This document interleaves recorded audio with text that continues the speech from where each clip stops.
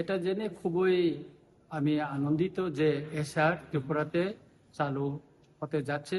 আগামী 15 সেপ্টেম্বর থেকে ত্রিপুরায় এসআর চালু হচ্ছে এবং এই এসআর চালুর মাধ্যমে আমরা খুবই আশাবাদী। যারা অবৈধভাবে এই সীমান্তবর্তী রাজ্যে যারা অবৈধভাবে এসেছেন তাদেরকে শনাক্ত করার ক্ষেত্রে খুবই একটা সুযোগ আছে।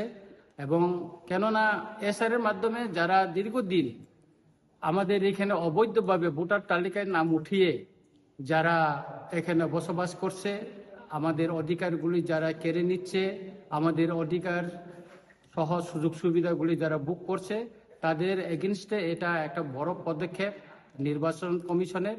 এবং আমি আশা করি এই এসআর এর মাধ্যমে যারা অবৈধভাবে ত্রিপুরায় যারা বসবাস করছে তাদেরকে শনাক্ত করা যাবে এবং ইলিগেল মাইগ্রেন্টের যে আন্দোলনটা আমরা করেছি, যে আমাদের যে অধিকারের যারা সুবিধা নিয়ে এখানে বসবাস করছে, সেটাও আমরা এই এসআর এর মাধ্যমে কিছুটা হলেও আমরা সফল পাবো বলে মনে করছি।